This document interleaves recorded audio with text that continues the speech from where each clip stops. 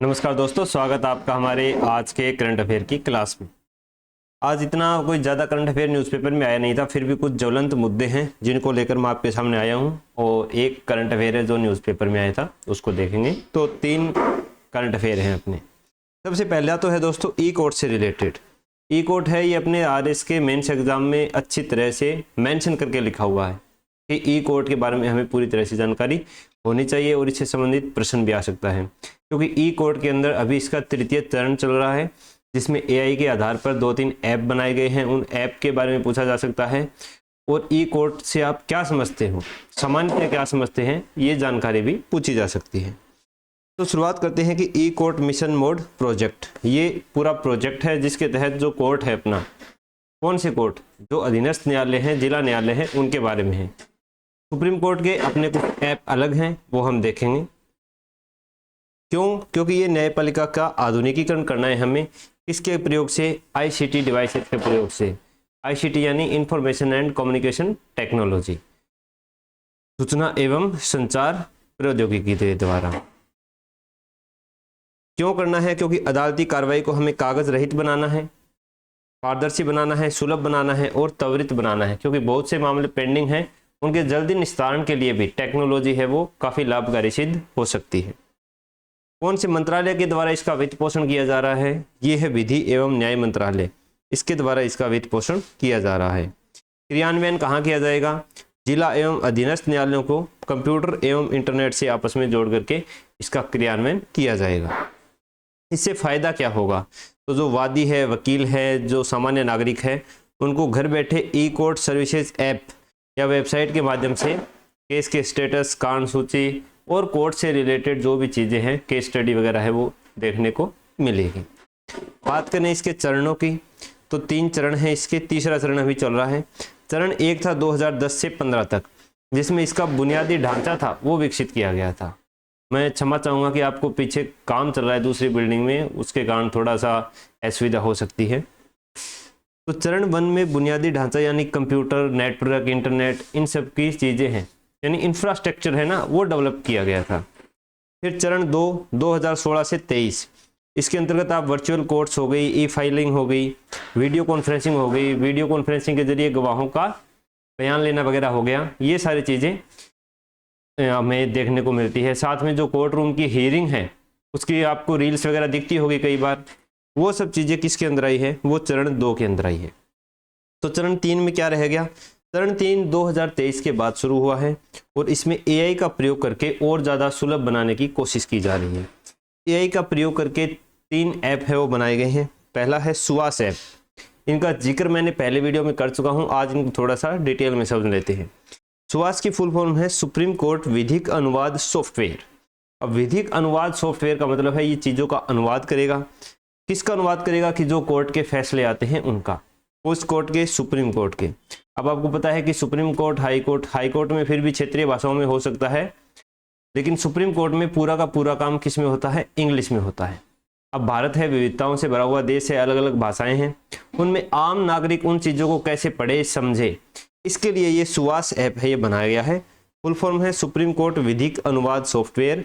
ये हिंदी सहित 19 क्षेत्रीय भाषाओं में आपको ट्रांसलेट करके केसेज है वो दिखाएगा। ऐसा ही दूसरा है सुपेश। अब आम जनता के लिए तो खुल गया सुवास ऐप, अब न्यायाधीशों को भी तो कोई सुलभता होनी चाहिए, तो न्यायाधीशों के लिए बनाया गया है SUPACE, supreme court portal for assistance in courts efficiency. यानी कोर्ट की इफिशियंसी में ये असिस्ट कर रहा है। किस प्रकार से असिस्ट करेगा? कि मान लीजिए कि न्यायाधीश कोई केस देख रहे हैं, वैसा ही उसी प्रकार का कोई पुराना केस पहले भी देखा था, जिसकी सुनवाई की गई और उसका जो वर्डिक्ट आया वो है 244 पेजों का। जो सुप्रीम कोर्ट के वर्डिक्ट आते हैं वो बहुत ज़्यादा पेजेस में होते हैं। अब 244 पेज पढ़ेंगे तो जाहिर सी बात है कि जज साहब का भी टाइम भी खराब होगा, उसको कंपाइल करना, उसको जो चीज़ें हैं वो हाईलाइट करने में थोड़ी दिक्कत आएगी। उसी में अगर हम फैक्ट को और पुराने कानूनी उदाहरण हैं उनको एक ऐप के माध्यम से अलग करके न्यायाधीश के सामने प्रस्तुत कर दें तो उनका काम सरल हो जाएगा, समय की बचत हो जाएगी। इसी के लिए बनाया गया है सुपेश ऐप। ये न्यायाधीशों की सहायता के लिए एक इंटेलिजेंट ऐप है जो पुराने केसों के फैक्ट्स और पुराने कानूनी उदाहरण हैं उनको न्यायाधीशों के सामने रखता है। तो सुभाष एक्ट आम नागरिक के लिए, सुपेश न्यायाधीशों के लिए, ये याद रखना है। फुल फॉर्म इनकी सुप्रीम कोर्ट विधिक अनुवाद सॉफ्टवेयर और supreme court portal for assistance in court efficiency. एक सुसहायक चैटबॉट है जो अभी मई 2026 में ही लॉन्च किया गया है। ये जो ई कोर्ट की सर्विसेज वगैरह है उसके अंदर इंक्लूड करके सामान्य जानकारी प्रदान करता है। तो ये हो गया हमारा ई कोर्ट से रिलेटेड।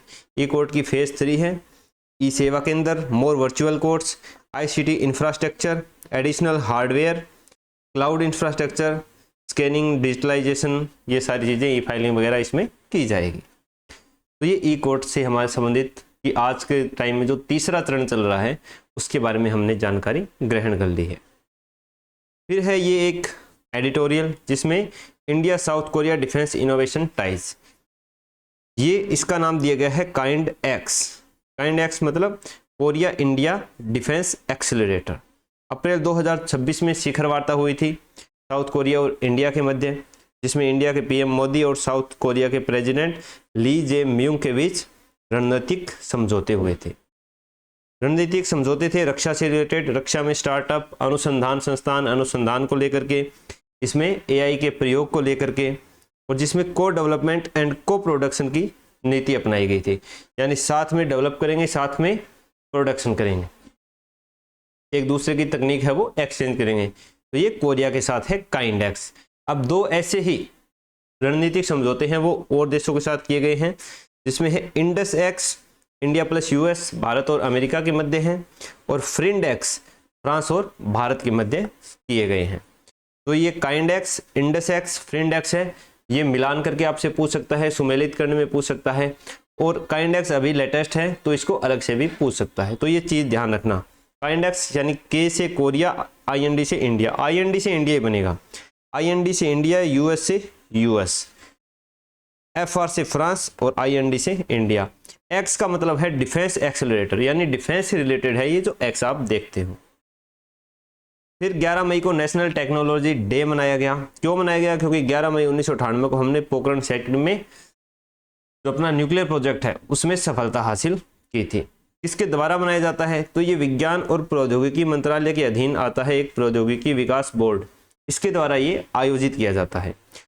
2026 की थीम क्या थी? थीम थी समावेशी विकास के लिए जिम्मेदार इनोवेशन, अंग्रेजी में responsible innovation for inclusive growth. इसके लिए कुछ पुरस्कार भी दिए जाते हैं, 10 लाख के पुरस्कार और ट्रॉफी दिए जाते हैं। इसमें पुरस्कारों की अलग अलग श्रेणियां हैं। श्रेणी ए में स्वदेशी प्रौद्योगिकी का सफल व्यवसायीकरण, व्यवसायीकरण मतलब मार्केटिंग हो गया, कमर्शियलाइजेशन हो गया। फिर श्रेणी बी में एमएसएमई द्वारा प्रौद्योगिकी का सफल व्यवसायीकरण, और श्रेणी सी में प्रौद्योगिकी स्टार्टअप्स में उत्कृष्टता। इसमें अलग अलग इनाम दिए जाते हैं। तो ये हो गया अपना नेशनल टेक्नोलॉजी डे। अब ये आज का आया हुआ था कि 84 दिन तक नहीं डूबेगा सूरज, 2 अगस्त तक नहीं होगी रात। कहाँ नहीं होगी? अलास्का में नहीं होगी। अलास्का में ये उत्किया गावी की एक जगह है, यहाँ पर कल सूरज डूबा है, अब वहाँ पर सूरज नहीं डूबेगा। क्यों नहीं डूबेगा? क्योंकि हमारी जो पृथ्वी है वो अपनी अक्ष पर 23 से ही 1/2 डिग्री झुकी हुई है, ऐसे झुकी हुई है। अब सूरज यहाँ है, अब सूरज यहाँ है, पृथ्वी ऐसे चक्कर लगाती है, तो ये जो हिस्सा है नॉर्थ पोल वाला, ये हमेशा सूरज के सामने रहेगा। एक स्थिति ऐसी आती है, हमेशा नहीं, कुछ ही समय के लिए, जैसे ये 84 दिन तक है, तो वहाँ पर फिर सूरज है, इसको छिपेगा नहीं। लेकिन जैसे ही ये घूम के दूसरी साइड जाएगा तो फिर नीचे दक्षिण वाला हिस्सा है वो सूरज के सामने आ जाएगा। तो ये जहाँ पर सूरज छिपता नहीं है इसको बोलते हैं मिडनाइट सन, यानी मिडनाइट में भी आपको सन है वो दिखाई देगा, रोशनी रहेगी।